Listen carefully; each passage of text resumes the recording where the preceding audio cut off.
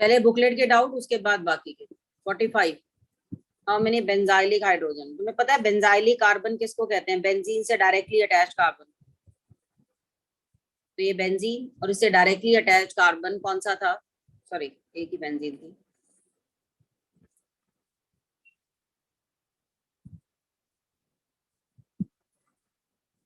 Directly attach carbon ये भी है, ये भी है और ये भी है। उसमें पूछा गया था बेंजाइलिक हाइड्रोजन। अब यहाँ पर 2 हाइड्रोजन है, this position 2 hydrogen, here it is 1 hydrogen. So how many total hydrogen are there at benzylic carbon? 5. 45th question. Next, 53, 43. 43, the which among the following carbocation is most stable? इसमें अगर हम A देखें तो ये anti aromatic है, least stable है। उसके बाद जो थर्ड D देखें तो उसमें हाइपर कॉन्जुगेशन है।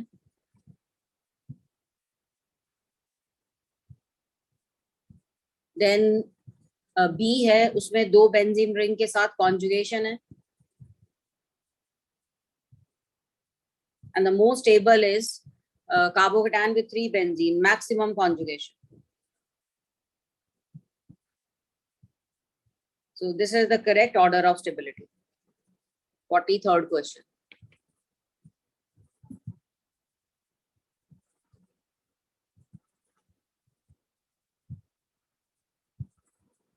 Next is 60th. 53 question. 53. Which is the correct order of stability of carbocation? 53rd. अगर हम इसमें देखें सबसे ज्यादा स्टेबल होगा जिसमें बैक बॉन्डिंग है, दिस वन,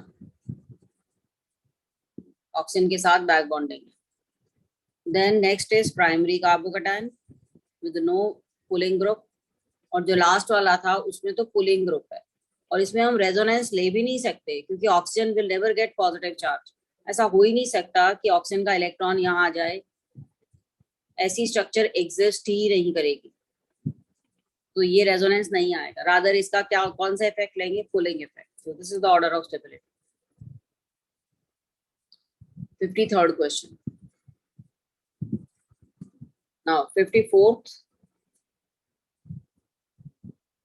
ये पायरॉल है, lone pair is in conjugation, और जब भी लोन पेयर कॉन्जुगेशन में होता है उसका हाइब्रिडाइजेशन हम क्या लेते हैं? sp2। तो ये तो sp2 है ही, ये भी sp2 होगा because it is in conjugation. Jatin पता चला? Yes ma'am. Then next is 60। Excuse me ma'am. Ma'am ये जो लोन पेयर वाली आपने कंडीशन बताई है, ये किसी भी एलिमेंट के लिए सिर्फ नाइट्रोजन पे? सभी में मैं बताया नहीं था, डबल बॉन्ड से नेक्स्ट पोजीशन पर जो भी एटम है और उसके पास लोन पेयर है, पॉजिटिव चार्ज है, ऑड इलेक्ट्रॉन है, देयर इज कॉन्जुगेशन।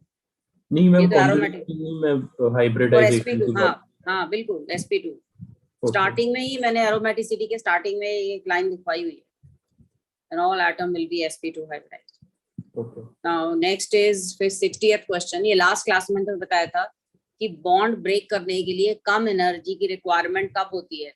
जब एक स्टेबल इंटरमीडिएट बन रहा हो। तो इसमें क्वेश्चन में हमें देखना था कि मोस्ट स्टेबल इंटरमीडिएट इनमें से कौन सा बन रहा है? थर्ड,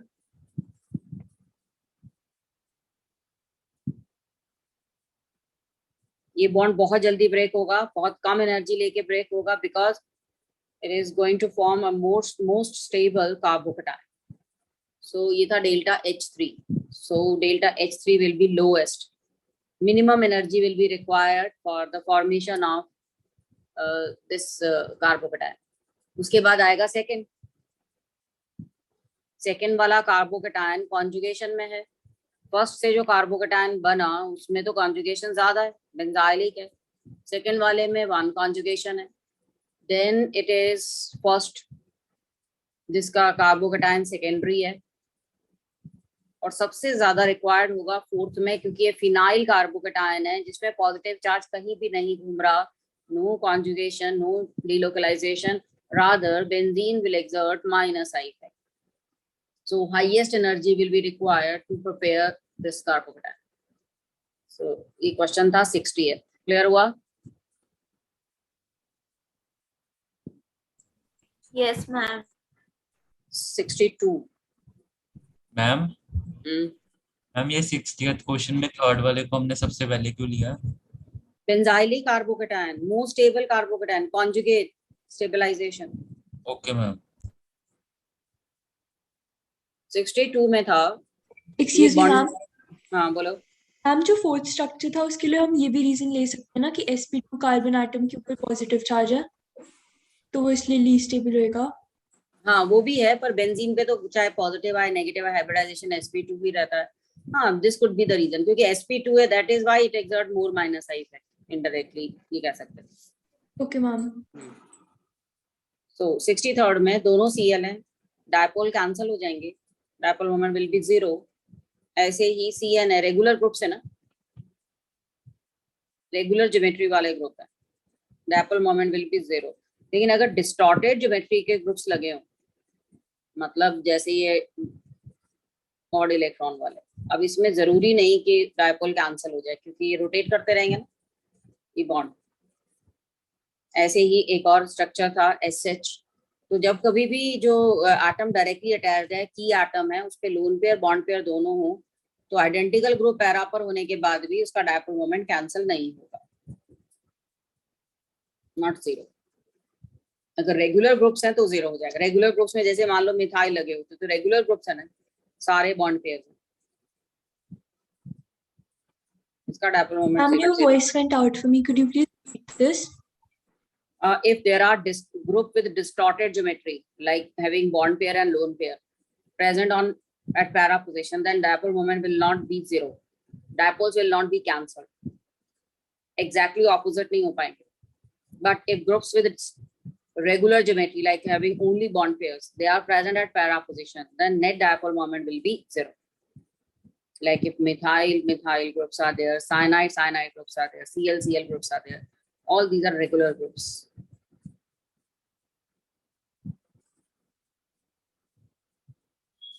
रेजोनेंस अभी में ही है. So 62nd था ये question, answer is D. Next question 71. 66. Which among the following species is ambident nucleophile? Ambident nucleophile क्या होता है? Which have two centers available for having lone pair. Two centers having lone pair. So first वाले में देखो, first में सिर्फ CH2 है जिसके पास लोन पेयर है, एक कार्बन है, एम्बिडेंट नहीं है. सेकेंड वाले में डबल बॉन्ड है, एम्बिडेंट नहीं है, 5 electrons are available. But in the third one, both carbon and nitrogen have negative charge, so it is ambident nucleophile. NH3, it is not ambident, but ये ambident होगा. Even nitro group हो, oxygen पर lone pair है, negative charge है, और nitrogen पर lone pair है. SCN है,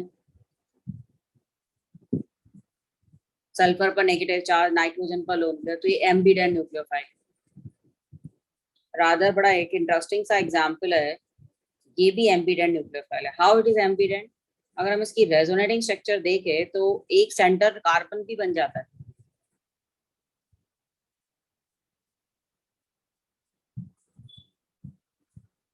sorry,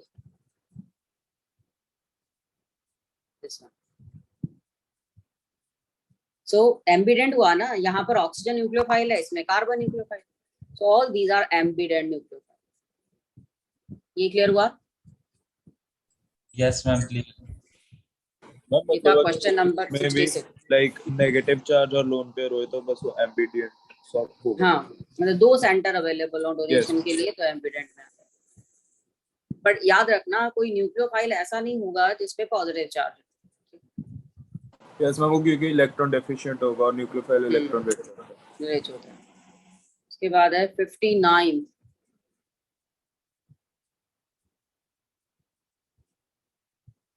Rank the following free radicals in stability order.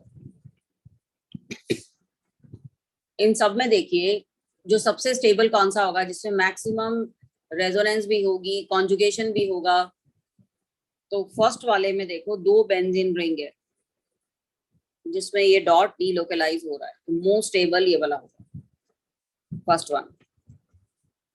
उसके बाद देखिए बेंजीन के साथ कॉन्जुगेशन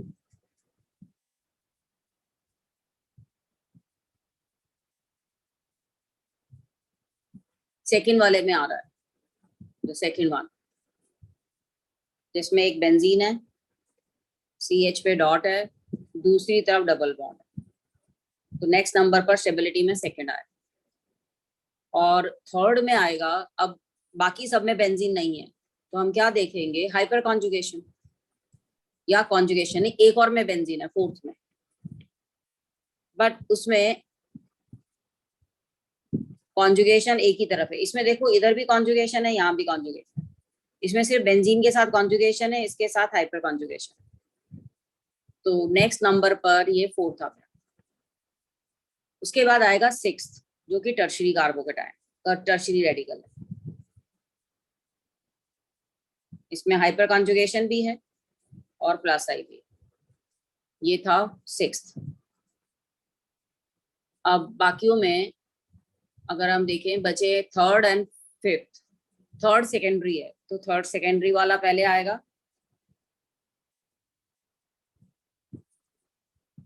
और लास्ट में आएगा ये फिफ्थ जिसमें प्राइमरी है और कॉन्जुगेशन भी नहीं।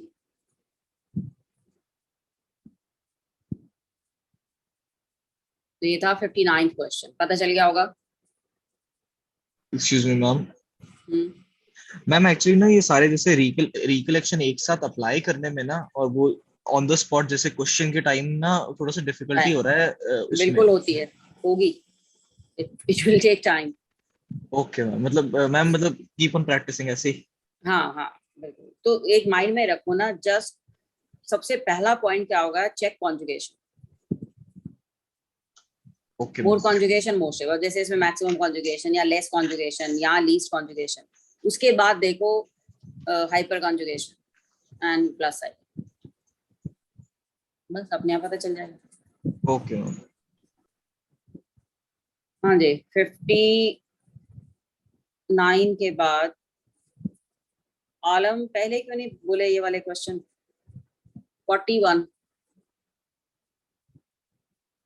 which among the following structure is aromatic? आलम सी होगा ना, aromatic 6 pi इलेक्ट्रॉन सिस्टम है इसमें। मैम लेकिन बी में भी तो है। बी में कहाँ है, बी में तो 8 पाई इलेक्ट्रॉन हो गए। CH का नेगेटिव चार्ज भी तो है। नेगेटिव चार्ज का मतलब क्या आता है, इलेक्ट्रॉन है ना, तो 8 पाई इलेक्ट्रॉन हो गए तो एंटी एरोमेटिक हो गया। Got it. Yes sir. Then 49, acyl cation have two resonating structure, ये पिछली क्लास में बताया था मैंने। RC double bond O positive, इसमें ऑक्टेट इनकम्प्लीट है कार्बन का। अगर ये लोन पेयर यहाँ आ जाए तो कंप्लीट ऑक्टेट हो जाएगा। तो सबसे पहले हम कंप्लीट ऑक्टेट देखते हैं ना, that's is why second one is more stable. Got it. 49 के बाद 55। But how is this stable? It has a positive charge. वो नेक्स्ट पॉइंट पे था, first priority should be given to octet. Okay. Single positive charge is acceptable if we get octet. Next is 55 का मैंने बताया था pKa value. मैं पिछली class में कुछ बताया था ना, pKa and acidic strength inversely proportional है। यस। तो इसमें देखो सबसे ज्यादा एसिडिक कौन सा होगा, उसी की लोएस्ट होगी ना। सबसे ज्यादा एसिडिक B होगा ना। Why it is B? Because carbon is sp hybridized more -I। उसके बाद डबल बॉन्ड वाला कार्बन आ जाएगा, sp2 से जुड़ा हुआ है, less -I effect. And next will be A, plus I effect है। और लास्ट जो होगा वो 3 कार्बन वाला more plus I effect, isn't it? तो ये होगा increasing pK, decreasing acid extract. Got it? 55 question था। मुझे बताओ 56 क्वेश्चन समझ में आ गया?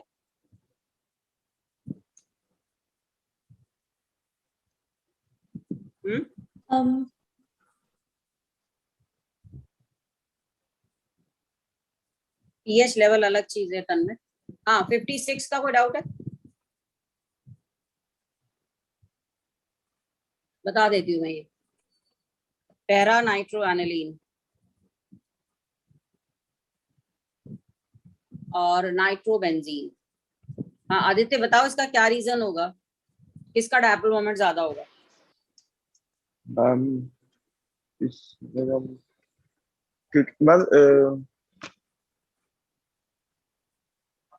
NO2 में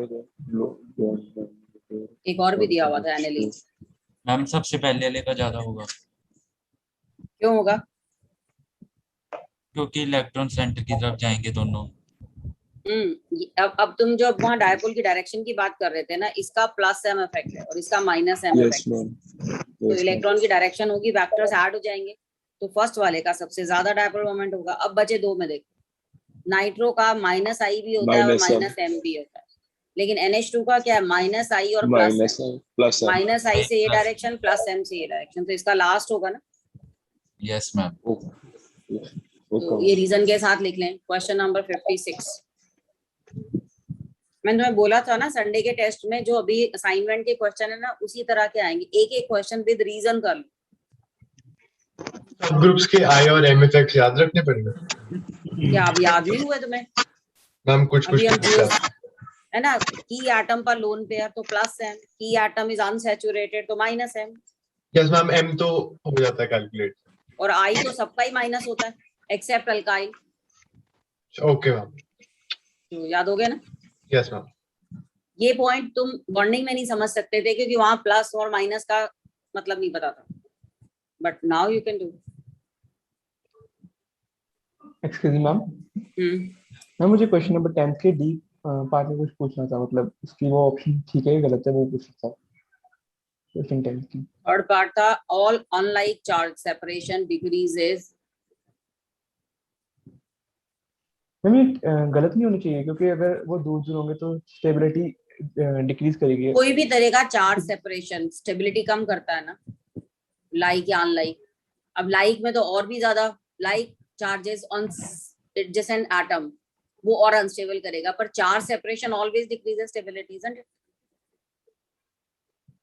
जिसपे जीरो फॉर्मल चार्ज हो वो ज्यादा स्टेबल होता है। मैम अगर लाइक चार्जेस दूर दूर होंगे तो वो स्टेबल ही करेंगे कंपाउंड को। नो, चार्ज फॉर्मल चार्ज, हमने क्या कहा था, जीरो फॉर्मल चार्ज वाली स्ट्रक्चर ज्यादा स्टेबल होती है। यस मैम, ये उससे रिलेटेड है, एक न्यूट्रल और एक चार्ज वाली स्ट्रक्चर, दोनों में से किसको स्टेबल बताओगे? न्यूट्रल। जितना ज्यादा चार्ज उतनी अनस्टेबल। Yes ma'am. लेकिन मैम अगर लाइक अनलाइक चार्जेस एक साथ हुए तो यस ये स्टेटमेंट में ये थोड़ी लिखा हुआ है। Ma'am unlike unlike charges charge अगर एक साथ भी हो, इवन देन न्यूट्रल से तो अब कम स्टेबल होगा ना, क्योंकि चार्ज अगर आ जाएंगे तो उससे नंबर ऑफ कोवेलेंट बॉन्ड कम हो जाएंगे ना। यस। अब जैसे कि मान लो तुम ये स्ट्रक्चर बना रहे हो फॉर्मिक एसिड का, ठीक है, और साथ ही बना रहे हो ये स्ट्रक्चर। अब अनलाइक चार्ज सेपरेशन है तो किसको स्टेबल बताओगे? Which is more stable? First stable. First वाला। तो फिर ये स्टेटमेंट करेक्ट हुई ना कि unlike charge separation decrease stability. Unlike ना भी लिखा होता ना, चार्ज सेपरेशन डिक्रीज स्टेबिलिटी, तो भी करेक्ट होता। हाँ जी, नेक्स्ट क्वेश्चन 70 है, उससे पहले है कोई before 70th question? Is there any doubt? Excuse me, ma'am 13th question. 13। Yes ma'am. ये पिछली क्लास में बताया था मैंने। मैक्सिमम हाइपर कंजुगेशन किस में है? मैम ए और बी दोनों सेम है। और ए आइसोब्यूटीन है। कुछ बताया था मैंने, आइसोब्यूटीन की हाइपर कंजुगेटेड स्ट्रक्चर स्टेबल है। Yes primary ma'am. Carbon is having positive charge. Ma'am मेरे को एक्चुअली इसमें ये पूछ रहा था कि जो ट्रांस और सिस है मैम उस हिसाब से नहीं देखेंगे हम? ये ट्रांस सिस तो है ही नहीं, बी ट्रांस है फर्स्ट वाला, सिस ट्रांस कुछ भी नहीं है, कंपाउंड ही डिफरेंट है। अच्छा yes ma'am, oh yes ma'am. ठीक है ना। तो जब ठीक हाइपर है। कंजुगेशन का नंबर सेम हो तो हम स्टेबिलिटी देखते हैं। और ओके। अगर हाइपर कंजुगेटेड स्ट्रक्चर की स्टेबिलिटी भी सेम हो, जैसे सिस और ट्रांस में एक जैसी हाइपर कंजुगेटेड स्ट्रक्चर बनती है, in that case will check कि सिस और ट्रांस में रिपल्शन किसमें ज्यादा है। ठीक है। ओके। हाँ जी, नेक्स्ट वन 69।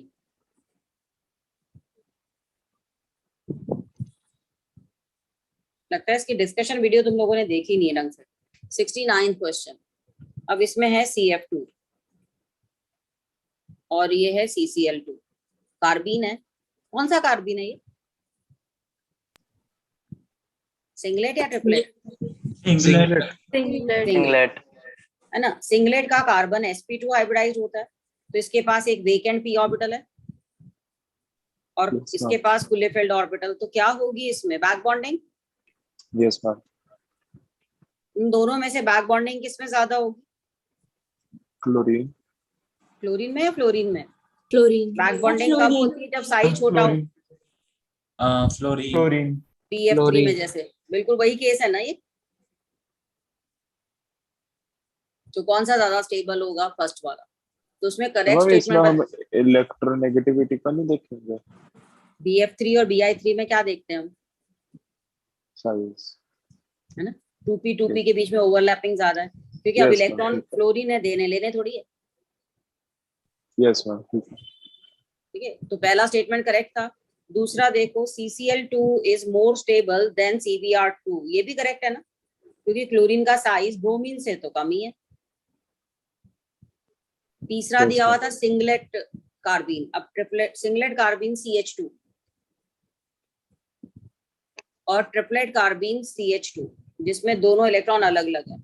हुन्स रूल क्या कहता है कि इलेक्ट्रॉन अगर अलग अलग ऑर्बिटल में होंगे तो उनकी रिपल्शन कम होगी। So this is more stable. Back bonding है नहीं, हाइड्रोजन के पास तो कुछ देने के लिए है नहीं। ठीक है, नो बैक बॉन्डिंग। तो उसके बाद हम इलेक्ट्रॉनिक रिपल्शन देखेंगे। हुन्स रूल के according if electrons are placed separately then if they will face less repulsion. अगर वो they are placed together they will repel more. So singlet carbene में और triplet carbene में which is more stable if there is no back bonding? अगर back bonding होती तब तो हम obviously किसको stable बताते? singlet को बताते ना। जैसे अगर ये होता तो which is more stable? singlet is more stable, क्योंकि सिंगलेट में क्या है? Back bonding. मुझे बताओ ये पॉइंट थोड़ा सा क्लियर हुआ? हालांकि नया इंटरमीडिएट है, +1 के हिसाब से। और सिंगलेट कार्बीन है। लास्ट वाला पार्ट दोबारा एक्सप्लेन कर सकते हो? ये सिंगलेट कार्बीन और ट्रिपलेट कार्बीन हुन्स रूल के according triplet carbene is more stable, no back bonding. तो वो कॉन्सेप्ट तो लिया ही नहीं हमने। अब अगर आप मान लो बैक बॉन्डिंग होती, तुम्हें पता है ट्रिपलेट में बैक बॉन्डिंग नहीं होती, सिंगलेट में बैक बॉन्डिंग है अगर हैलोजन हो सराउंडिंग। तो जिसमें बैक बॉन्डिंग वो ज्यादा स्टेबल।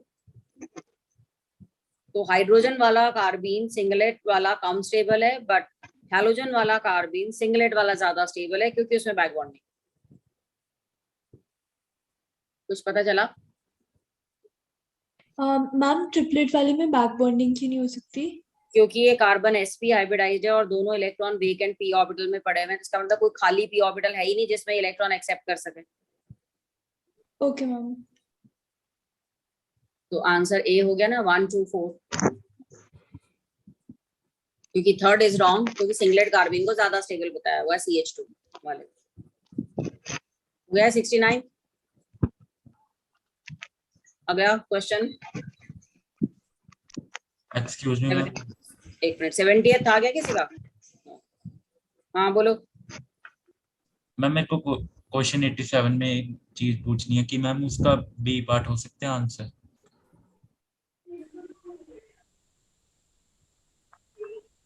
इसमें मीजोमेरिक नहीं है। हाँ 71 में in which of the following molecule nitro group is not coplanar with the phenyl group. Okay, इसके लिए देखिए, अगर कहीं बेंजीन के साथ ऑर्थो पोजीशन पर कोई बड़े ग्रुप लगे हुए हैं तो ये बीच वाला ग्रुप अपना रिपल्शन कम करने के लिए अपनी पोजीशन से हट जाता है, ऊपर या नीचे हो जाता है और नॉन कोप्लेनर हो जाता है।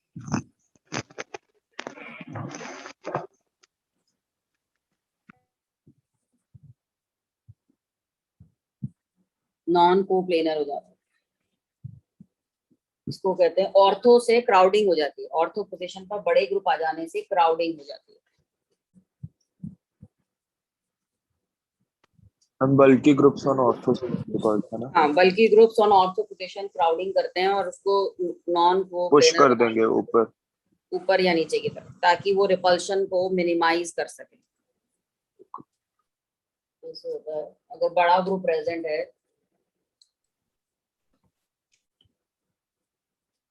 जैसे ये बेंजीन है और यहाँ पर एक ग्रुप लगा हुआ है, यहाँ पर ग्रुप है और इसकी ऑर्थो पोजीशन पर भी ये ग्रुप्स लगे हैं, ये ऑर्थो पोजीशन पर ग्रुप लगे हैं। तो ये क्या करेंगे, अगर मान लो ये ग्रुप थोड़े बड़े हुए तो इसको टच करने लग जाएंगे, तो उससे क्या होगा, ये ग्रुप जो है इन दोनों से रिपेल होने लगेगा। तो इस रिपल्शन को मिनिमाइज करने के लिए ये ऐसे हो जाएगा या ऐसे हो जाएगा। समझ में आ रहा है? Yes ma'am. ये बेंजीन है, इसके प्लेन में है ये ग्रुप, लेकिन अगर ये रिपल्शन हो गया तो प्लेन से नीचे या ऊपर हो जाएगा। तो ऐसा कब होगा, जब ऑर्थो पोजीशन ऑक्यूपाइड हो। अगर मान लो ये मेटा होती, मेटा पोजीशन ऑक्यूपाइड होती, तब तो कोई फर्क नहीं पड़ता ना इसको। अब तो कोई फर्क नहीं पड़ता, दूर है ये। लेकिन अगर ये ऑर्थो पर है तो ये क्या करेगा, अपने आप को प्लेन से बाहर कर देगा। अगर ये प्लेन से बाहर कर देगा तो ये रेजोनेंस में पार्टिसिपेट नहीं करेगा, इसका मीजोमेरिक इफेक्ट खत्म हो जाएगा। मीजोमेरिक में इसको क्या करना है, बेंजीन के साथ बॉन्ड बनाना है ना। तो अगर ये बेंजीन के प्लेन में ही नहीं है तो लेटरल ओवरलैपिंग नहीं हो पाएगी ना।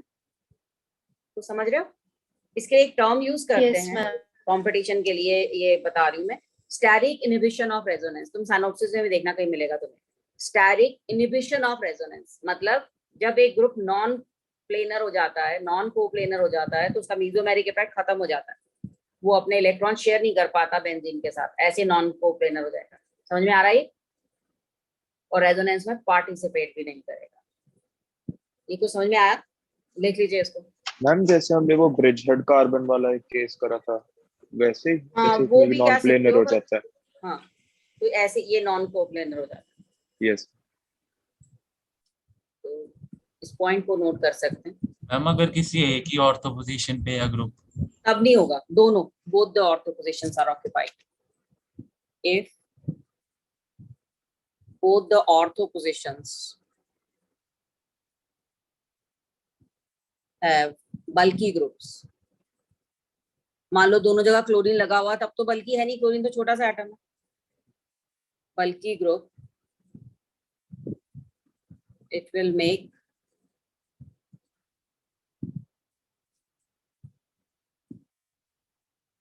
the central group non-planar।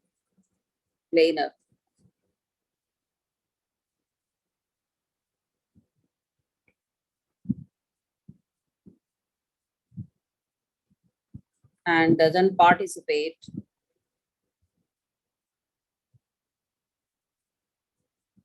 in resonance। This is called steric inhibition of resonance। Steric का मतलब क्या होता है, क्राउडिंग ना। Steric inhibition of resonance। This is called steric inhibition of resonance। जैसे कि मान लो ये NH2 ग्रुप है और यहाँ पर ऐसे ग्रुप लगा दिया जाए, तो NH3 का लोन पेयर बेंजीन के साथ डीलोकलाइज नहीं होगा। जितना बड़ा ग्रुप ऑर्थो पर आता जाएगा उतना ही ये बीच का NH2 ग्रुप नॉन कोप्लेनर होता जाएगा। तो अभी तुमने इसमें देखा, तो इसमें देखो कौन सी ऑर्थो पोजीशन ऑक्यूपाइड है।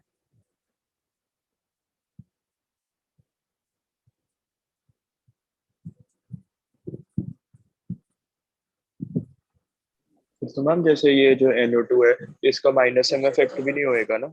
हाँ, इसका माइनस एम उस केस में नहीं रहेगा, मतलब जब minus CH3 बल्कि ग्रुप हाँ, है। बिल्कुल। मैम मैम तो इसके अंदर लोन पेयर हमारे लोकलाइज हो गए ना? लोकलाइज हो, रेजोनेंस वाला फैक्टर ही नहीं आया ना। बट अगर एक तरफ होता फिर रेजोनेंस हो जाती। तो 71 क्वेश्चन का रीजन समझ में आ गया होगा। नेक्स्ट क्वेश्चन बोलिए।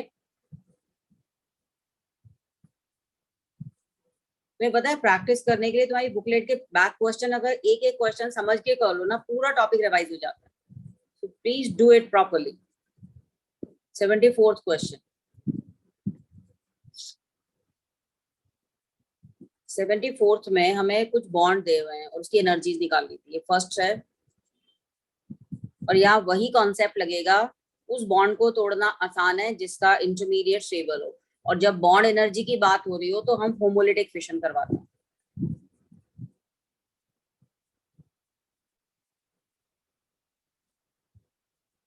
होमोलिटिक फिशन कितना जल्दी होगा, बॉन्ड एनर्जी कितनी कम चाहिए होगी जितना इंटरमीडिएट स्टेबल हो। अब तुम बताओ कि अगर फर्स्ट वाला बॉन्ड ब्रेक हो तो हमें इंटरमीडिएट जो मिलेगा रेडिकल मिलेगा, सेकेंडरी मिलेगा। अगर थर्ड वाला बॉन्ड ब्रेक हो, ये वाला बॉन्ड ब्रेक हो, तो हमें टर्शियरी मिलेगा। और सेकंड बॉन्ड ब्रेक होने पर हमें मिलेगा प्राइमरी, जो कि सबसे कम स्टेबल है। इसका मतलब सेकंड को बनाने के लिए सबसे ज्यादा एनर्जी देनी पड़ेगी। ये सेकंड से बनने वाला है, ये थर्ड से बनने वाला है और ये फर्स्ट से बनने वाला है। तो सबसे ज्यादा स्टेबल था थर्ड, तो थर्ड को सबसे कम एनर्जी देनी पड़ेगी, most stable, less energy required. ये प्राइमरी है, least stable, maximum energy required.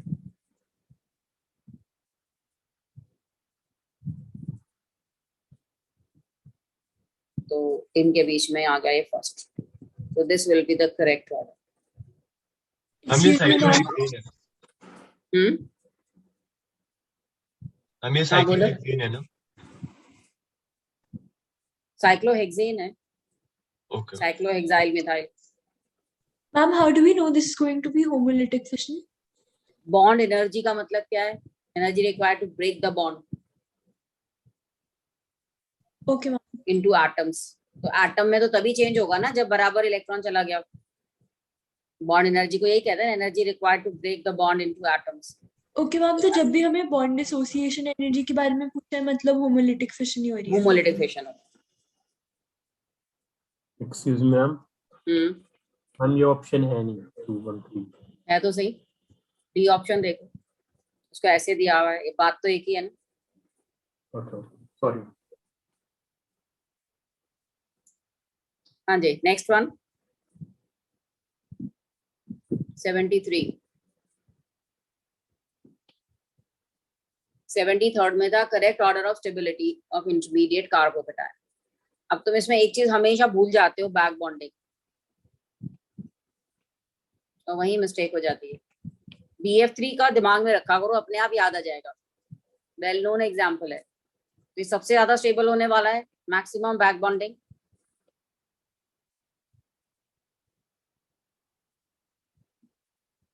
Maximum back bonding.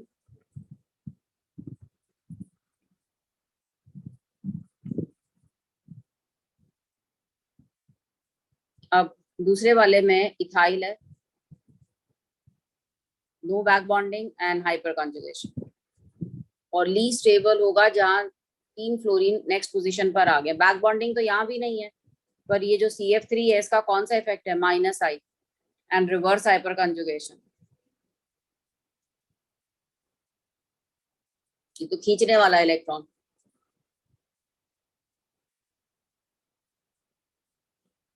So correct order is B. 73rd question.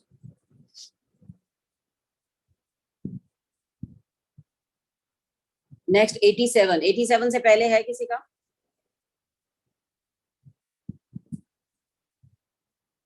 $87 से पहले कोई डाउट है? हाँ, तो 87 में पहला एग्जाम्पल अगर हम देखें तो इसमें सिर्फ और सिर्फ क्या है, -I एंड +I इफेक्ट। दूसरा देखें तो मिथाइल का हाइपर कंजुगेशन भी है और I इफेक्ट भी है। पर हमसे पूछा जा रहा था तीनों इफेक्ट्स किसमें है, तो तीनों इफेक्ट तो थर्ड वाले में होंगे ना। मीजोमेरिक इफेक्ट तो तभी आएगा जब कॉन्जुगेशन आएगा। ये कॉन्जुगेशन भी हो गया और हाइपर कॉन्जुगेशन भी हो गया, डबल बॉन्ड के साथ मिथाइल, तो answer will be C. D वाले में तो सिर्फ कॉन्जुगेशन है, कोई हाइपर कॉन्जुगेशन नहीं है बेंजीन में। सो ये क्वेश्चन था 87। हाँ जी, आगे बोले। सो बाकी क्वेश्चन हो गए।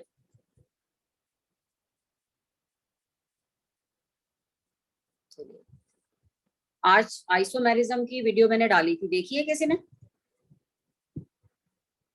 आइसोमेरिज्म का वीडियो नो, उसको देख लीजिएगा, क्योंकि मंडे को तुम्हारी क्लास नहीं है, जूम क्लास नहीं है, ठीक है? तो मंडे को आइसोमेरिज्म की वीडियो कंप्लीट कर लेना। आज मैं पहले अभी रीअरेंजमेंट एक रह गया था हमारा, वो करते हैं। और आइसोमेरिज्म में स्ट्रक्चरल आइसोमेरिज्म की मैंने वीडियो डाली है। अदर देन दैट जो सिस ट्रांस आइसोमेरिज्म है, कब होता है, कैसे होता है, वो बता देती हूँ, और स्टीरियो के और एग्जाम्पल बता देती हूँ। सो अब हम करने वाले हैं GOC में रीअरेंजमेंट। एक्सक्यूज मी, आप टेस्ट की डिस्कशन वीडियो कब डालोगे? IUPAC वाले की? Yes ma'am. वो डल जाएगी मंडे को। Okay ma'am. मंडे तक टेस्ट है ना, मंडे को डाल दो। मंडे तक ही ओपन है, मंडे मॉर्निंग में डाल दो। हाँ बोलो। मैम आइसोमेरिज्म की दोनों वीडियोस देखनी है? दोनों देखनी है। Okay ma'am. Structural isomerism. Ma'am जो टेस्ट था ना उसमें एक क्वेश्चन शायद गलत था, उसमें एक क्वेश्चन का आंसर 23rd था आई गेस। और भी किसी को लगा था क्या? मैम वो ब्रोमो Yes, वाला sir. क्वेश्चन था उनको। कौन सा क्वेश्चन? मुझे क्वेश्चन पता है, तुम्हें सेंड कर देना, अभी याद है क्वेश्चन? यस मैम, एक दो क्वेश्चंस थे जो मैम जिनके एक दो गलत लग रहे क्वेश्चन थे। थे मैम, मुझे भी लगा था। क्या था ऑप्शन में? दो ऑप्शन सेम थी मैम उसमें ना जो डबल बॉन्ड के से काउंटिंग शुरू की हुई थी, लेकिन उससे ऑपोजिट की हुई थी, मतलब उसमें नहीं थी। यस मैम, मतलब डबल बॉन्ड को डिफरेंट नंबर्स दिए हुए थे, इसकी 1 यस 6। मैम, Yes, मैम वो ma'am. गलत लगा। कंटिन्यूएशन में नहीं दी हुई थी नंबरिंग उसमें। Yes ma'am. अच्छा, दूसरे साइड से दी हुई थी। Yes ma'am. मैम एक क्वेश्चन था जिसके बारे में आई थिंक आपने हमें पढ़ाया नहीं था, मैं आपको मैसेज दे दूंगी। कौन सा वाला? साइनॉप्सिस में पढ़ा होगा तुमने। मैम उसमें मैम मैं आपको टेक्स्ट कर देती हूँ, क्योंकि आई थिंक काफी लोगों ने दिया नहीं होगा टेस्ट, तो मैं उनके लिए। नहीं, ये तो मैं देख ही लेती हूँ। तुम जो 23rd बोल रहे हो, 23rd और 24th में मुझे लगा था कि थोड़ा एरर है।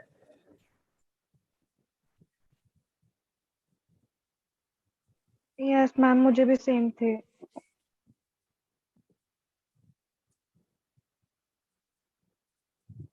जो नंबरिंग, तो एक तो मिथाइल वाली नंबरिंग थी ना, 22nd वाला। हाँ, ये इस टाइप का क्वेश्चन था। कोई बात नहीं, मैं बता देती हूँ। ये वाला, ये कह रहे हो? ये करेक्ट है। ये मैम द नेक्स्ट वन। ये मैम 23 कह रहे हैं, तो ये तो ठीक है। 23 यस एंड मैम, 24 भी है। 23। 23 में डबल बॉन्ड को तो देखना ही नहीं है, बेंजीन के डबल बॉन्ड है वो।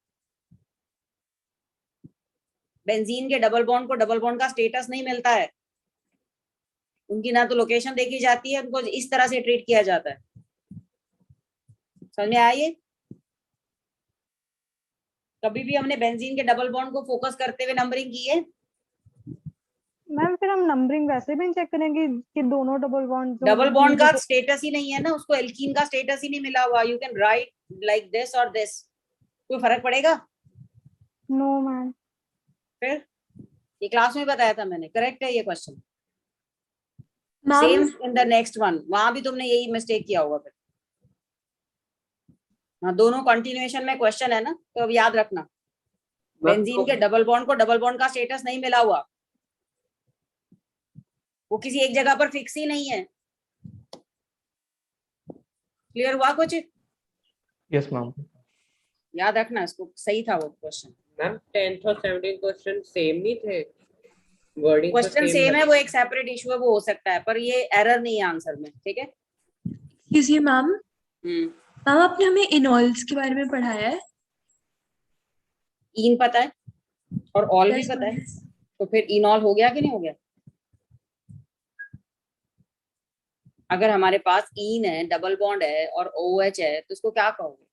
तुमने फिनॉल नहीं पढ़ा? इन ऑल डबल बॉन्ड और OH सेम हो। अगर हमने नहीं भी पढ़ा तो ये तो पता है ना, इन है और OH है। Okay ma'am. इनॉल हो गया ना, उसमें थोड़ा सा दिमाग लगाना था बस। मैम 10th और 17 में फर्क क्या था? दोनों क्वेश्चन सेम लग रहे थे। तो सेम हो सकते हैं, इट कुड बी, पर उसमें एरर तो नहीं है ना। नहीं मैम, मेरा 17 गलत है, 10th ठीक है, मींस क्वेश्चन में सेम लग रहे थे। ऑप्शन एक ऑप्शन सेम थी, 2-3 अलग अलग थी, इसलिए पूछ रहे हो। अच्छा, बिल्कुल अलग हैं दोनों, टोटली डिफरेंट दोनों क्वेश्चन। ओके मैम, बिल्कुल डिफरेंट है क्वेश्चन। ठीक है। उसकी डिस्कशन वीडियो देखोगे ना, पता चल जाए। Okay ma'am. तो चलिए स्टार्ट करते हैं हम GOC का अगला पार्ट, रीअरेंजमेंट्स। ये वो रिएक्शन है जिनमें कार्बोकैटायन बनता है। रीअरेंजमेंट इन रिएक्शंस इन्वॉल्विंग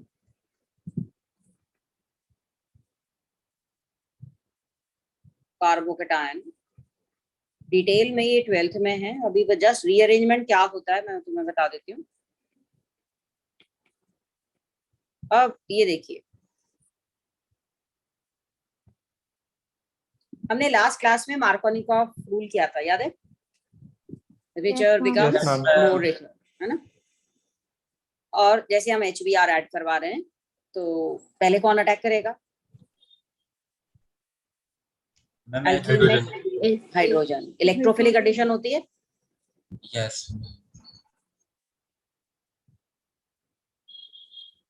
और प्लस ई इफेक्ट ऑपरेट होता है, और इलेक्ट्रॉन्स जो है इधर शिफ्ट होते हैं, और यहाँ से ये इलेक्ट्रॉन यहाँ चले जाते हैं, पाई इलेक्ट्रॉन, और जहां से इलेक्ट्रॉन निकलते हैं वहां पर चार्ज आ जाता है पॉजिटिव, राइट?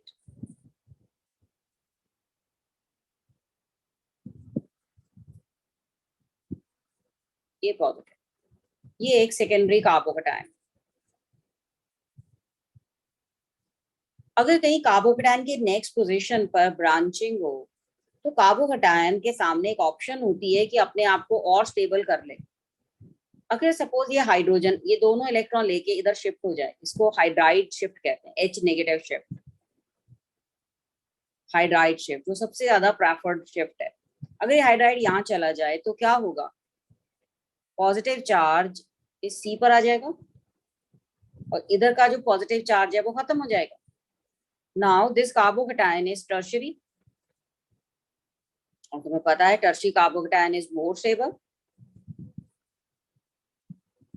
सो कार्बोकैटायन में हमेशा डिजायर होती है अपने आप को और स्टेबल करने की, इफ इट कैन डू।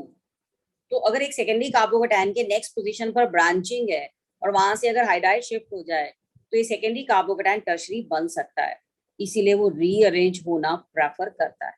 सो अब यहाँ Br नेगेटिव आने वाला है, और हमें जो प्रोडक्ट मिलेगा वो मार्कोनिकॉफ रूल विद रीअरेंजमेंट वाला मिला ना,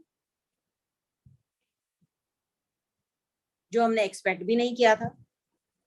अगर इस पे सेकेंडरी पे Br ऐड हो जाता, अगर सेकेंडरी वाले पे Br नेगेटिव ऐड हो जाता, तो हमें ये वाला प्रोडक्ट मिलना चाहिए था, जो कि बहुत कम मिलने वाला है।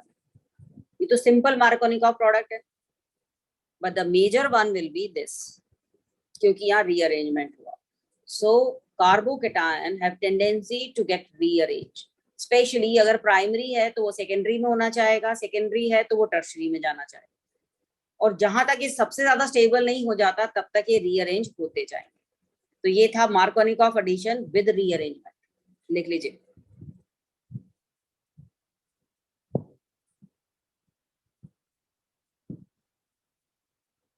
Markovnikov's addition with rearrangement। मुझे बताओ ये स्टेटमेंट कुछ समझ में आई? Yes ma'am.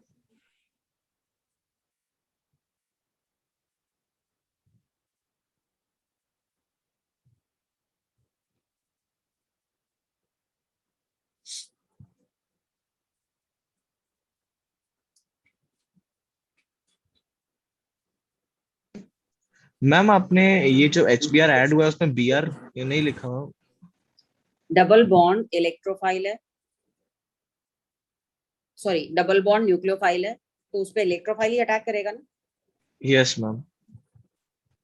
तो HBr का H पॉजिटिव पहले अटैक किया, इलेक्ट्रोफाइल अटैक किया, तभी तो हम रिएक्शंस को क्या कहते हैं, इलेक्ट्रोफिलिक एडिशन।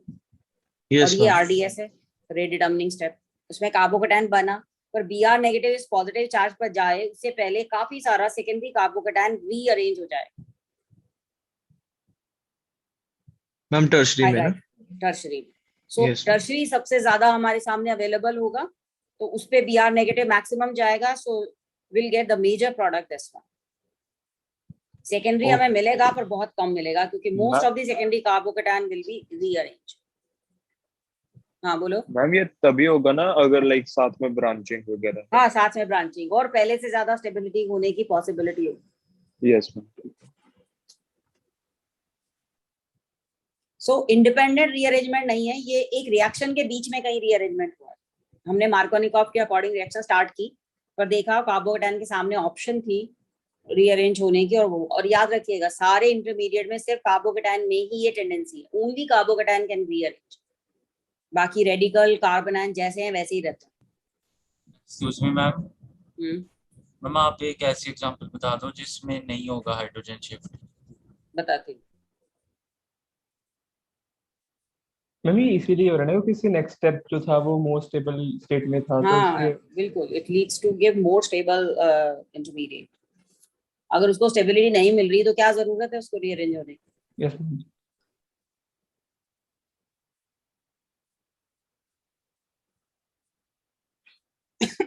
ये लिखे सबने। सो क्वेश्चन ऐसे आते हैं, in which case rearrangement is possible, in which rearrangement is not possible, like that. और एक एग्जांपल और देखिए जिसमें रीअरेंजमेंट होगा या नहीं होगा, तुम खुद डिसाइड करोगे।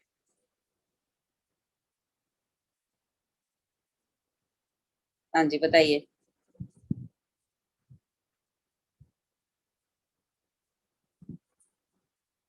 इसमें नहीं होगा। नहीं होगा ना, नहीं होगा। ये तो ऑलरेडी मैक्सिमम स्टेबिलिटी पर है, so it will not rearrange. Simple Markovnikov addition हुआ है, तो अपने आप पता चल जाएगा तुम।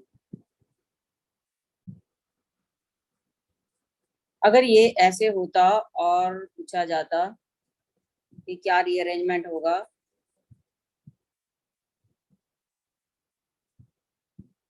Will there be any rearrangement?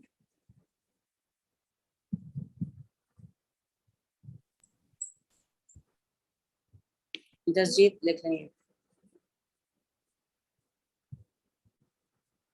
Rearrangement होगा या नो, क्योंकि ये रेडिकल एडिशन है। It is radical addition. याद है ना, पेरोक्साइड की प्रेजेंस में एंटी मार्कोनिकॉफ एडिशन होता है, रेडिकल एडिशन होता है। तो Br जो है वो यहाँ जाने वाला है, CH2 पर Br जाने वाला है और अगले CH पर डॉट आने वाला है, और रेडिकल कभी भी रीअरेंज नहीं होता। और नेक्स्ट स्टेप में इसका H डॉट आएगा, तो मेन रिएक्शन तुम्हें ऐसे ही लिखनी है। ये एंटी मार्कोनिकॉफ एडिशन था, पुअर बिकम्स रिचर, याद आया? Anti Markovnikov addition.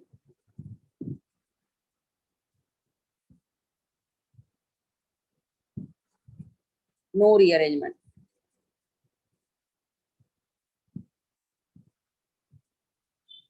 सो इस पॉइंट को जो कंडीशन है उसको चेक करना है। और ये जो एरो इस तरह के लगाते हैं, ये सिंगल हेडेड एरो का मतलब है, फिश हेड एरो जिसको कहते हैं, इसका मतलब है ट्रांसफर ऑफ 1 इलेक्ट्रॉन। जब हम ऐसे लगा रहे हैं अब तक, इसका मतलब है दोनों इलेक्ट्रॉन्स गए।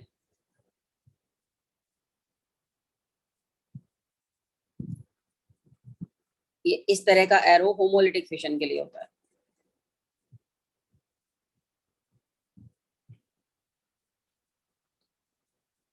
मैम अगर पेरोक्साइड की जगह सनलाइट होता फिर भी यही होता? सनलाइट में एडिशन होती नहीं है, इसीलिए हमने नहीं अच्छा, लिखा यस, उसको, पर हाँ प्रैक्टिकली होता था। हम एडिशन की HBr जगह के सिवाय और कोई नहीं करता ना एंटी और कोई मार्कर नहीं को? करता, हाँ सिर्फ यही करता है। सो ये लिखिए सबने दिस वन। ऐसी एक और एग्जांपल देखिए।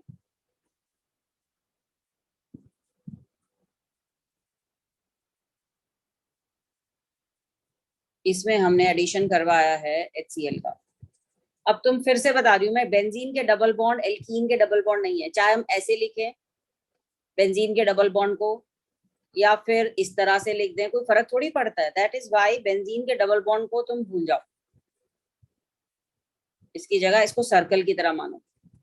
सो HCl का एडिशन किस पे होने वाला है? अल्कीन पे होने वाला है ना, मार्कोनिकॉव रूल के अकॉर्डिंग। Yes ma'am. CH2 का H आ गया, CH पे पॉजिटिव चार्ज, ऑलरेडी ये बहुत ही स्टेबल पोजीशन पर है, तो रीअरेंजमेंट थोड़ी होगा। ये तो बेंजाइली कार्बोकैटायन है, बेंजीन से डायरेक्टली अटैच कार्बन पर, बस यहीं पर Cl नेगेटिव आ जाएगा। सो तुम्हें इजीली पता चल जाता है कि रीअरेंजमेंट होगा या नहीं होगा। ठीक है,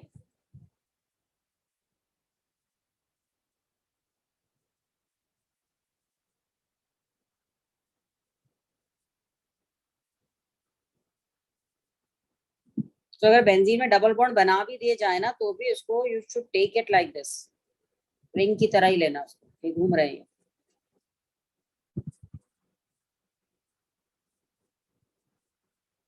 और डबल बॉन्ड और ट्रिपल बॉन्ड पर जो भी रिएक्शंस होती है उसको हम कौन सी रिएक्शंस कहते हैं? इलेक्ट्रोफिलिक एडिशन रिएक्शन, क्योंकि उनके पहले स्टेप में H पॉजिटिव इलेक्ट्रोफाइल ही ऐड होता है। ठीक है,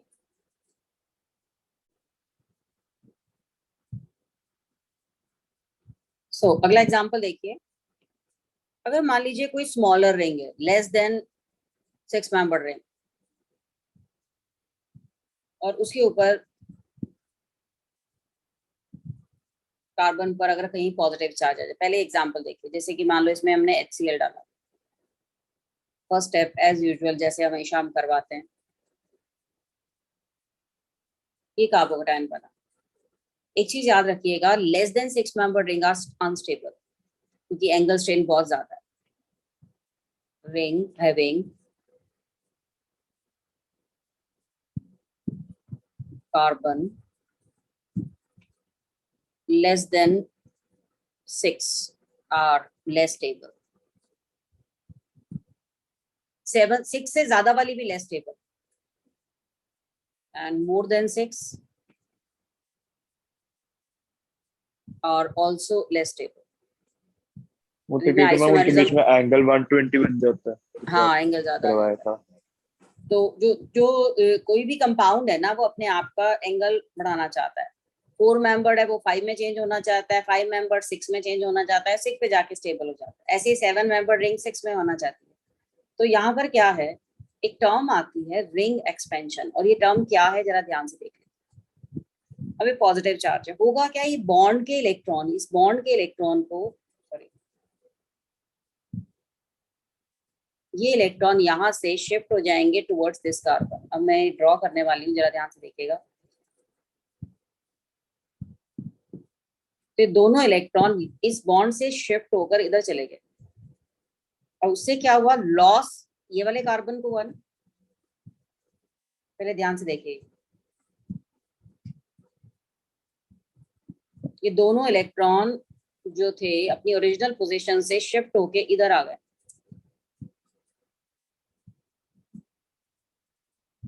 तो जिस कार्बन को लॉस हुआ उस पर पॉजिटिव चार्ज आता है, इसको कहते हैं रिंग एक्सपेंशन। अब ये एडवांस लेवल की रीअरेंजमेंट पर आ चुके हैं हम, याद रखिएगा। इसको अगर हम देखना चाहें तो स्ट्रक्चर क्या है, कितने मेंबर रिंग बन गई है? 1 2 3 4 5 5 है ना, 5 मेंबर रिंग बन गई। और यहाँ पर ये मिथाइल है और यहाँ पर पॉजिटिव चार्ज है, ऐसा ही है ना कुछ? Yes ma'am. ऐसे भी लिख सकते हैं। Yes ma'am. और इसके सामने अभी एक ऑप्शन और है स्टेबल होने की, हाइड्राइड शिफ्ट। अगर ये हाइड्राइड यहाँ चला जाए तो पॉजिटिव चार्ज यहाँ पर आ जाएगा। अब ये मोस्ट स्टेबल होगी, 5 मेंबर्ड भी होगी, टर्शरी भी। ये सेकेंडरी है, ये टर्शरी है। So this will be the most stable carbocation. सबसे ज्यादा मिक्सचर में यही रहेगा और हमें मिलेगा ये कंपाउंड जो हमने सोचा भी नहीं था। तो this is again another type of rearrangement, ring expansion का केस है। डिटेल में नेक्स्ट ईयर करोगे, पर तुम्हारे साइनॉप्सिस में कहीं ये रेफरेंस दिया हुआ है, इसलिए मैंने एग्जाम्पल बताया। Excuse me ma'am. हाँ बोलो मैम Cl माइनस पहले वाला ही उस पे क्यों नहीं आ गया? आ गया, थोड़ा बहुत आएगा ना, क्योंकि most of the carbocation will get rearrange. मिलेगा हमें, सारे प्रोडक्ट मिलेंगे पर बहुत थोड़े थोड़े से, क्योंकि बचेंगी बहुत कम। इस पे Cl नेगेटिव आ जाए तो ये बन गया 5 मेंबर्ड, ये मिथाइल और यहाँ पर Cl। तो एक प्रोडक्ट हमें ये मिलने वाला है, एक ये मिलने वाला। ऑर्गेनिक में कभी सिंगल प्रोडक्ट रेयरली मिलते हैं। तो इन रिएक्शंस को हम कहते हैं Markovnikov addition with rearrangements.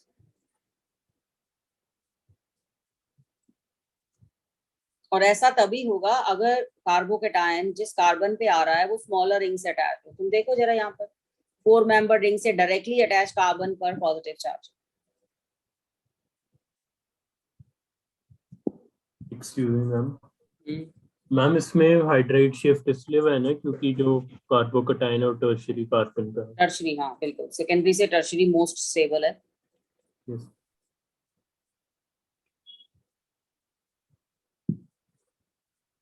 So ring expansion जैसी चीज भी रीअरेंजमेंट में होती है।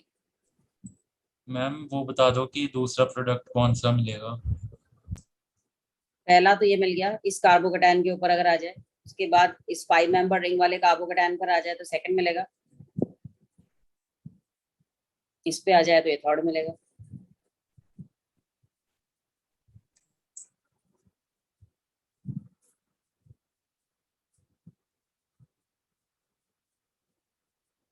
मैम इसमें रीअरेंजमेंट नहीं समझ में, फिर से एक्सप्लेन कर दो प्लीज।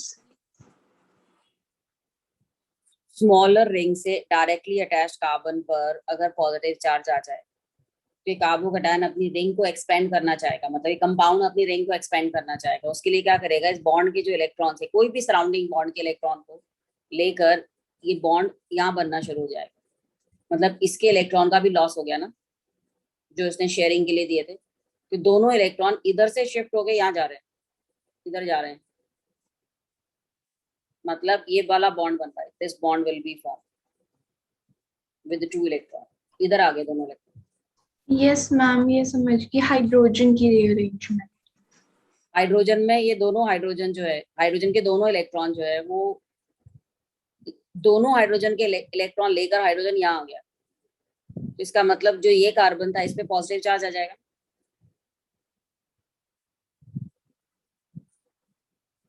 अगर इसका स्ट्रक्चर देखो, इस हाइड्रोजन, ये 2 इलेक्ट्रॉन थे इस बॉन्ड के, जिसमें एक कार्बन का था और एक हाइड्रोजन का था। अब हाइड्रोजन ने क्या किया, हाइड्राइड का मतलब H नेगेटिव शिफ्ट, ये H नेगेटिव ने बॉन्ड तोड़ दिया, दोनों इलेक्ट्रॉन लेके यहाँ जाके जुड़ गया।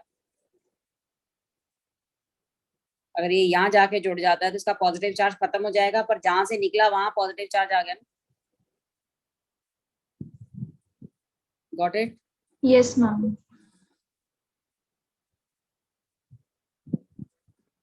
और लास्ट एग्जांपल है, ये स्लाइड लिख ली सबने?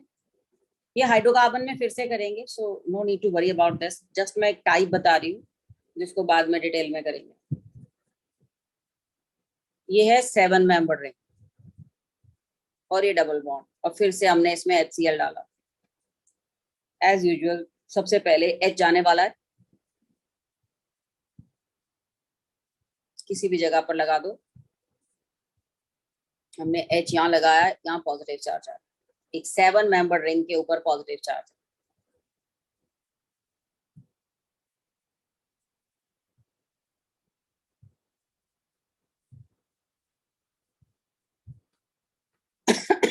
तो स्टेबल होने के लिए रिंग को कॉन्ट्रैक्ट करना चाहेगा ना, 7 से 6 करना चाहेगा।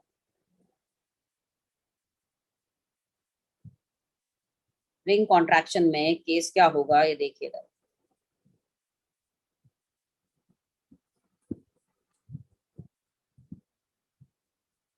ये जो बॉन्ड था, जो 2 इलेक्ट्रॉन थे, वो दोनों इलेक्ट्रॉन अब इधर जाना चाहेंगे जहां पॉजिटिव चार्ज है, और ये वाला बॉन्ड टूटना शुरू होगा। तो बेसिकली क्या होगा, ये बॉन्ड बन जाएगा और this bond, this one, this will be having positive charge. मुझे बताओ ये क्लियर हुआ या नहीं? Yes ma'am. रिंग कॉन्ट्रैक्शन में जो एडजॉइनिंग बॉन्ड है उसके इलेक्ट्रॉन यहाँ आ जाएंगे ताकि इसका रिंग साइज छोटा हो जाए, पर वो जहां से निकले उस कार्बन पर चार्ज क्या आ गया, इस कार्बन पर चार्ज क्या आ गया, positive. Will there be any other shift? होगी ये positive charge ma'am hydrogen shift. Yes, very good, hydrogen shift होगी। ये हाइड्रोजन यहाँ से इधर चला जाएगा, और ऐसा करने से क्या हुआ, CH2 का क्या बन गया, CH3, and this carbon will get positive charge. अब हो गया ना ये 6 मेंबर्ड भी और टर्शियरी भी। Yes ma'am. अब ये आराम से क्लोराइड आयन से रिएक्ट करेगा, क्योंकि मिक्सचर में यही सबसे ज्यादा पड़ा हुआ है, और बन गया देखिए वही कंपाउंड जो पिछले तो अलग था, खैर ये बन गया कंपाउंड। सो ये एग्जांपल है कौन सा, रिंग कॉन्ट्रैक्ट होने का। तो यहाँ से हमें पता चलता है कि सबसे स्टेबल जो रिंग होती है वो 6 मेंबर्ड होती है। अगर कार्बोकेटायन अपने आप को चेंज कर सकता है तो it will always try to get 6 membered, चाहे रिंग को एक्सपैंड कर ले चाहे रिंग को कॉन्ट्रैक्ट कर ले।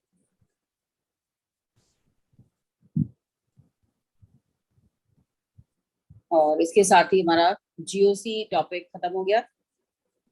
इसको जाके एक बार रिवाइज करें, बुकलेट के पीछे की असाइनमेंट एक बार और समझ के करें। इसकी डिस्कशन वीडियो मैंने डाल दी है, कोई डाउट होगा तो वीडियो से देख लेना। तो काफी क्वेश्चन क्लास में भी डिस्कस हो ही चुके हैं। एक्सक्यूज मी मैम, संडे वाले टेस्ट में लाइक ये रिएक्शंस भी आएंगे, मतलब सारा आएगा ना? थोड़ी बहुत रिएक्शन, मेनली तो ये इफेक्ट्स पर बेस्ड है, स्टेबिलिटी ऑफ इंटरमीडिएट ज्यादा है, मेसोमेरिक इफेक्ट क्या है, रिएक्शंस कम ही है, रेयरली कोई का आता है। जैसे असाइनमेंट में रिएक्शंस पे तो ज्यादा है नहीं क्वेश्चन। हाँ, तो एक दो एग्जांपल मैं करवा देती हूँ अभी, कार्बोकेटायन इंटरमीडिएट वाले। आइसोमेरिज्म में नेक्स्ट क्लास में शुरू करवाऊंगी, दैट वुड बी बेटर। ठीक है मैम, हमारी आइसोमेरिज्म की कोई बुकलेट है? आइसोमेरिज्म की सेकंड ऑर्गेनिक की बुकलेट है, सेकंड ऑर्गेनिक केमिस्ट्री की मिली है ना, उसमें है। हाँ, बस मॉडर्न ABC और बुकलेट के क्वेश्चंस करो, सफिशिएंट है। मैम अब हम कर लें, मतलब सारी मॉडर्न ABC हो जाएगी? हाँ, आराम से हो जाएगी। GOC की तो हो ही जाएगी। हाँ, कमलप्रीत क्या पूछ रहे हो? मैम वो CH2 पे पॉजिटिव चार्ज क्यों आ गया? अगर ये दोनों ही इलेक्ट्रॉन जो जिसमें इसने भी कंट्रीब्यूट किया था, दोनों ही यहाँ से हटके इसके पास चले गए, तो लॉस तो इसी को हुआ ना। Okay ma'am. क्योंकि इस कार्बन को तो फिर भी शेयरिंग के लिए बॉन्ड मिल गया, इलेक्ट्रॉन मिल गया, पर लॉस तो इस कार्बन का हुआ ना। Yes ma'am. ठीक है, हाँ, तो सारा तुमने क्वेश्चन भेजा था, देखिए ये था, among the following the least stable structure कौन सी होगी, रेजोनेटिंग स्ट्रक्चर। देख लीजिए, यहाँ नेगेटिव चार्ज, यहाँ पॉजिटिव चार्ज, ये N double bond O negative, N positive, एक स्ट्रक्चर ये थी। Positive charge, negative charge, N double bond O negative, N positive. अब फर्स्ट और सेकंड में से कौन सी स्टेबल लग रही है तुम्हें? Second one. Second one obviously, second one ज्यादा है। तीसरी कौन सी है? Positive negative double bond N positive double bond O negative. अब यहाँ रेजोनेंस नहीं होने वाली, क्यों? नाइट्रोजन के ऑलरेडी 4 बॉन्ड बन चुके हैं, 5वां इलेक्ट्रॉन तो लेगा नहीं।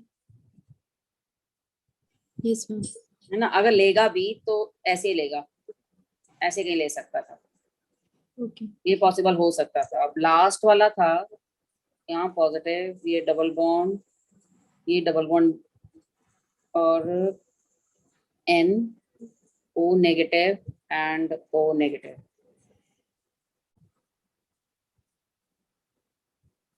तो इसमें लीस्ट स्टेबल स्ट्रक्चर इनमें से कौन सा है? इन चारों में से लीस्ट स्टेबल स्ट्रक्चर कौन सा है? तो देखते ही लग रहा होगा first positive charge adjacent positive charges.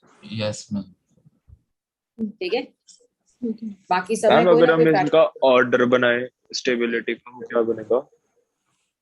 Exact तो नहीं बता सकते, पर फिर भी स्टिल वी कैन से कि ये वाली स्ट्रक्चर में negative charge most electronegative atom पर है। Yes ma'am. इसीलिए ये स्टेबल होगा। First most stable, least stable, ऐसे बता सकते हैं। और इन दोनों में से देखा जाए तो ये स्टेबल होगी क्योंकि नेगेटिव चार्ज से नेक्स्ट पे पॉजिटिव है। तो मोस्ट और लीस्ट तो बता सकते थे, ये मोस्ट थी और ये लीस्ट स्टेबल। सारा समझ में आ गया होगा ये क्वेश्चन? Yes ma'am. अगला था विच of the following अनायन is correct. ये अभी नहीं कर सकते, सेकंड वाला। बेसिक स्ट्रेंथ का ऑर्डर अभी किया नहीं हमने, ये इक्विलिब्रियम का कॉन्सेप्ट आता है। अगला था the order of base strength. Basic strength अभी नहीं बता सकते, इसके लिए वो एक अलग चीज चाहिए, कॉन्जुगेट एसिड बेस थ्योरी आती है और वो इक्विलिब्रियम का पार्ट है। Okay ma'am. एक्चुअली पहले तो था ना इक्विलिब्रियम, सिलेबस में पहले आता था, ऑर्गेनिक बाद में आती थी। अब सिनेरियो डिफरेंट हो गया ना, तो ये उससे रिलेटेड है, इसको भी छोड़ दें। इसके अलावा एक ऑर्डर ऑफ स्टेबिलिटी जरा बताएं मुझे कार्बोकेटाइन की। कार्बोकेटाइन है NH2। अब चाहे इसको ऐसे फर्स्ट लिखो या सेकंड लिखो, बात एक ही है। ये मिथाइल है और ये है chloro and the last one is nitro, which is order of stability पता।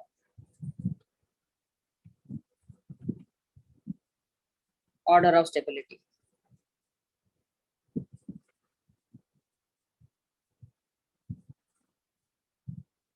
मैम सबसे स्टेबल सेकंड वाला होगा। why? मैम बिकॉज CH3 जो है मैम वो ऑर्थो पोजीशन पे है। सारे ऑर्थो पे। Ma'am I think first stable होगा। मेसोमेरिक इफेक्ट देखेंगे पहले। Plus mesomeric is most dominating ना। Yes ma'am. फिर उसके बाद Cl, फिर मैम CH3, फिर उसके बाद NO2। उसका तो क्योंकि माइनस है, ये माइनस है माइनस आई। तो ये जो ऑर्डर लिखा हुआ ना यही करेक्ट था, डिक्रीजिंग ऑर्डर था। पता चला क्लोरीन में माइनस आई डोमिनेट करता है। हम क्लोरीन में अकेला माइनस आई लेंगे ना, प्लस n को तो छोड़ देंगे। मतलब कंपेरेबल है ना, इसीलिए जो रिजल्ट देखेंगे वो माइनस आई के हिसाब से देखेंगे। पर नाइट्रो में तो बहुत ही ज्यादा माइनस इफेक्ट है, तो वो लीस्ट स्टेबल होने वाला है। So mesomeric effect is more dominating than hyperconjugation, इसीलिए हमने इसको पहले लिया। तो जब भी ऐसा क्वेश्चन आता है ना, सबसे पहला काम क्या करना है, इन इफेक्ट्स को लिखना है, फिर अपने आप काम हो जाएगा। क्योंकि कार्बोकेटाइन के लिए हम हमेशा कहते हैं carbocation is directly proportional to positive effect, inversely proportional to negative effect. चाहे कार्बोकेटाइन हो या फ्री रेडिकल हो, एक ही बात है।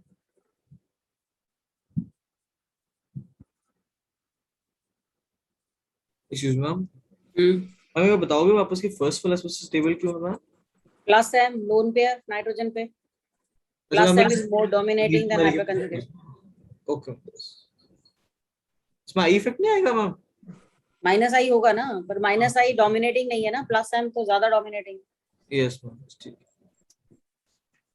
मैम मैम मैंने ना आपको एक स्ट्रक्चर भेजा मैम, उसके रेजोनेटिंग स्ट्रक्चर्स बता दोगे कैसे? हाँ बताती हूँ मैं, पहले इसके ऑर्डर बता दूँ। हाँ ये हो गया सबका। अब अगला था CH2 नेगेटिव, और हम लगा रहे हैं OCH3 group at different position. What is order of stability?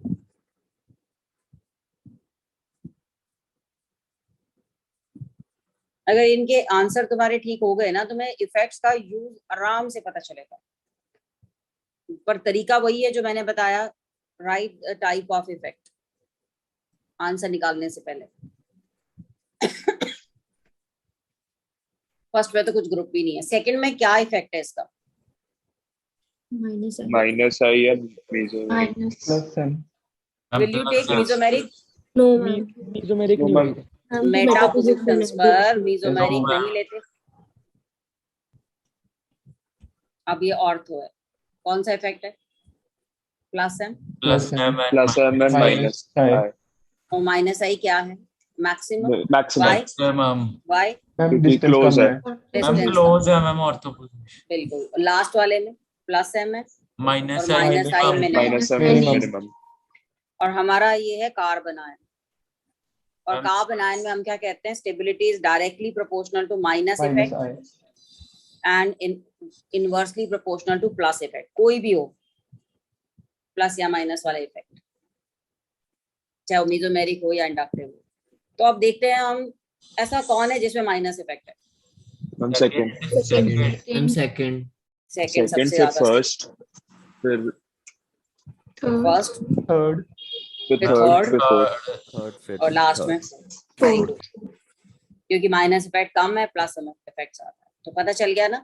तो पहला काम ये करो, जल्दी नहीं है बिल्कुल भी, पहले इफेक्ट्स देख लो जो जो भी आ रहे हैं, फिर ये देखो कि वो इंटरमीडिएट कौन सा है और उनको पॉजिटिव इफेक्ट फेवर कर रहा है या नेगेटिव इफेक्ट फेवर कर रहा है। और मेटा पोजीशन पर हम सिर्फ एक ही इफेक्ट लेते हैं, माइनस आई।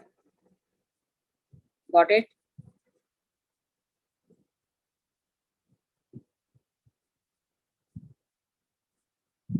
रेडिकल और कार्बोकेटायन में एक जैसा ही ऑर्डर होता है।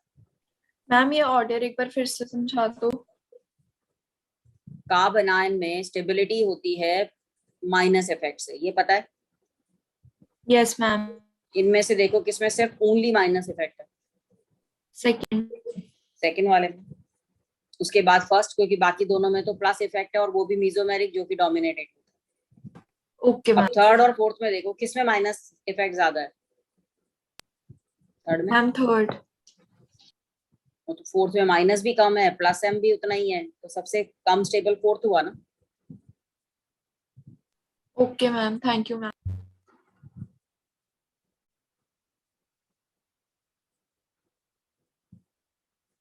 अब देखें order of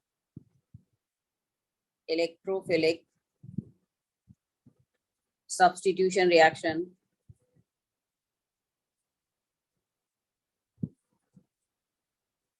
of benzene. Reactivity बतानी, ऑर्डर ऑफ रिएक्टिविटी, कौन सबसे ज्यादा रिएक्टिव है, कौन सबसे कम रिएक्टिव है, किसके अंदर बेंजीन ज्यादा रिएक्टिव है, किसमें कम रिएक्टिव है।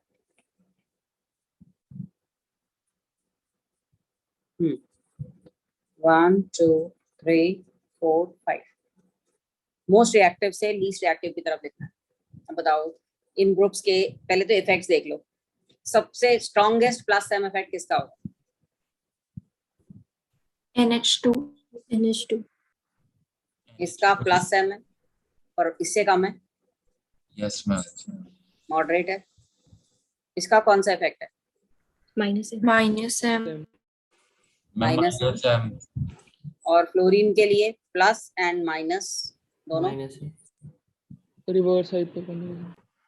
रिवर्स हाइपर कंजुगेशन तो CH की होती है, खाली F है ये। ठीक है ना। तो अब बताओ मोस्ट रिएक्टिव कौन सा हुआ? फिफ्थ वाला। Then fourth. इसके बाद कौन आएगा after fourth? Second. First. Halogens are deactivating. First. याद है? याद है? All halogens are deactivating effect. Benzene से कम रिएक्टिव होती है। इसके बाद नंबर आएगा सेकेंड और लीस्ट होगा थर्ड, क्योंकि उसमें माइनस होना। ये एग्जाम्पल क्लियर हो गया होगा।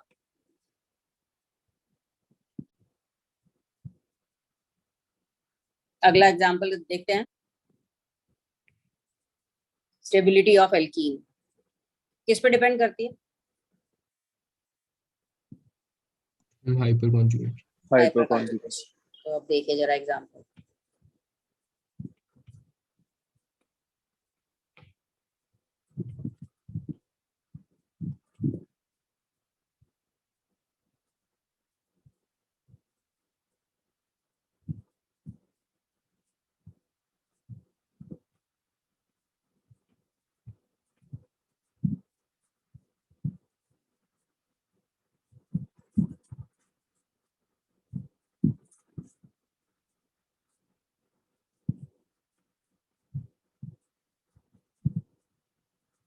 ध्यान से सोच समझ के आंसर देना।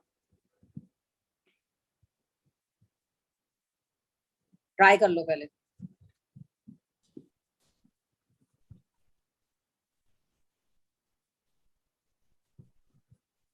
मैम फोर्थ वाला।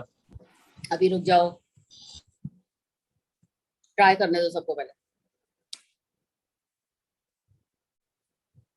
हाँ सारिश बताओ। मोस्ट रिएक्टिव फोर्थ वाला होगा, मोस्ट स्टेबल फोर्थ वाला होगा। मोस्ट स्टेबल फोर्थ वाला होगा because of maximum hyper conjugation. 12 hyper conjugation है। अब ये देखिए जरा, खुशी है कुदरत, ध्यान से। हाँ फोर्थ के बाद हम थर्ड। उसके बाद हाइपर कंजुगेशन किसकी सबसे ज्यादा है? First ma'am one. Yes ma'am one. One है ना? Yes ma'am. क्योंकि इसमें हाइपर कंजुगेशन चेक करने के लिए डायरेक्टली अटैच एटम देते हैं ना। 4 और 6 10 है इसमें। तो फोर्थ के बाद नंबर किसका आएगा? फर्स्ट वन का। का। हाँ सारिश आगे बताओ।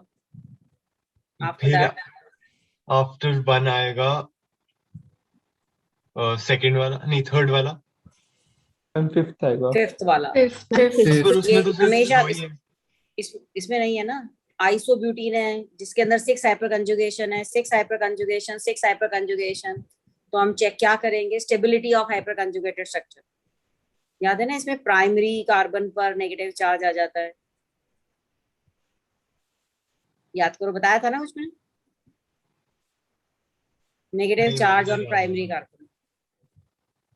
और इन तो दोनों इलेक्ट्रॉन में डोनेटिंग ग्रुप्स ज्यादा आ जाएंगे ना नेगेटिव। नेगेटिव चार्ज हाँ दोनों प्राइमरी में। कार्बन पर, जहाँ डोनेटिंग ग्रुप बाकी नहीं है। अब सेकंड और थर्ड के अंदर एक जैसी स्ट्रक्चर है, तो यहाँ वैन डर वाल्स फोर्सेस देखें, बड़े ग्रुप पास में रिपेल करेंगे। तो सेकंड सबसे कम स्टेबल। मैम थर्ड होगा। सेकंड।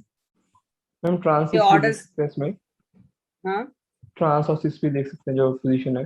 हाँ बिल्कुल, trans is more stable than cis. But जो ये इसलिए स्टेबल हुआ क्योंकि इसके हाइपर कंजुगेटेड स्ट्रक्चर में प्राइमरी कार्बन पर नेगेटिव चार्ज था। प्राइमरी कार्बन पर नेगेटिव चार्ज स्टेबल होता है। बाकी लोग भी लिख लें with answer with reason. Participate क्या करें क्लास में, चाहे गलत ही क्यों ना हो आंसर। पार्टिसिपेशन जरूरी है।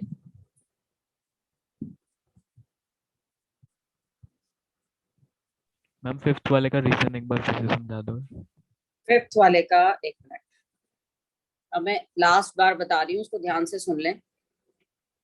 अगर हम इसकी हाइपर कंजुगेटेड स्ट्रक्चर्स बनाते तो नेगेटिव चार्ज प्राइमरी कार्बन पर आता, और तुम्हें पता है नेगेटिव चार्ज प्राइमरी कार्बन पर स्टेबल होता है।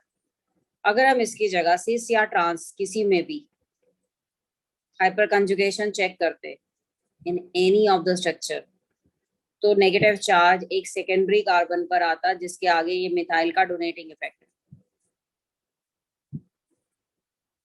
ये सेकेंडरी कार्ब अनायन है और कार्ब अनायन प्राइमरी वाला ज्यादा स्टेबल होता है। So both have same number of hyperconjugation.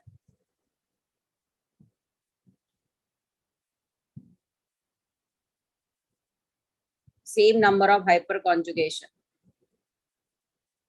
But stability of hyperconjugated structure is more.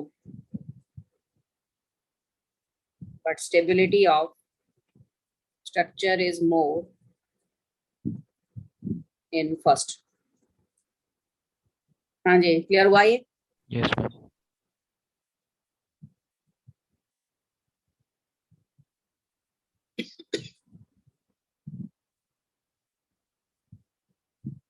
और ये पता है एग्जाम में बहुत बार ये रिपीटेडली क्वेश्चन आया हुआ है, स्पेशली कंफ्यूजन इन्हीं दोनों में होता है, इसको आइसोब्यूटीन कहते हैं।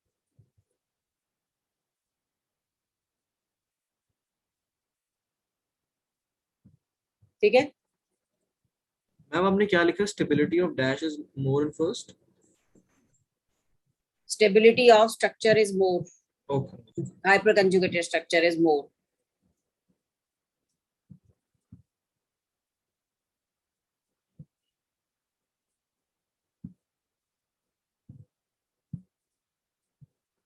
अब इसी तरह से एक क्वेश्चन और देखिए,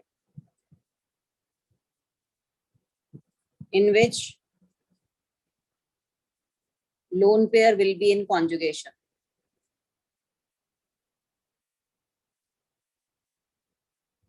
Lone pair is in conjugation.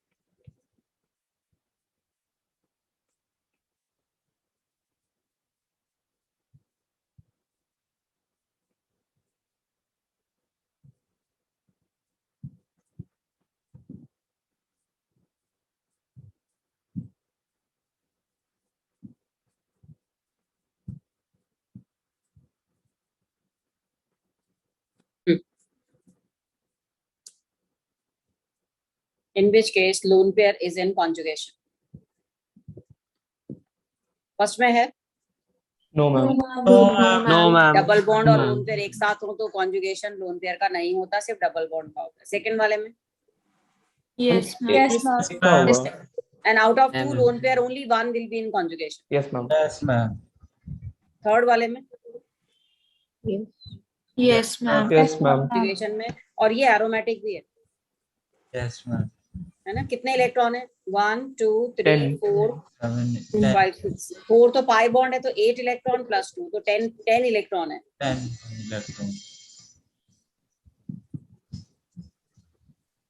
ठीक है, लास्ट ये वाला नो मैम। कॉन्जुगेशन है ना, दोनों तरफ डबल बॉन्ड है। Ma'am but sp3 hybridised carbon.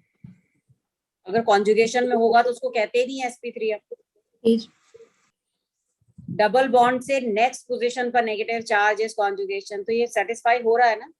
Yes ma'am. Yes ma'am. Yes ma'am. आया समझ में? तो ये कार्बन sp2 होगा। कॉन्जुगेशन में रूल हाइब्रिडाइजेशन का स्टेरिक नंबर नहीं लगता ना। What about last one? No ma'am. No ma'am. नहीं होगा। इसके दोनों तरफ सैचुरेटेड कार्बन है तो इसमें कॉन्जुगेशन है। तो ये चेक करना आ गया।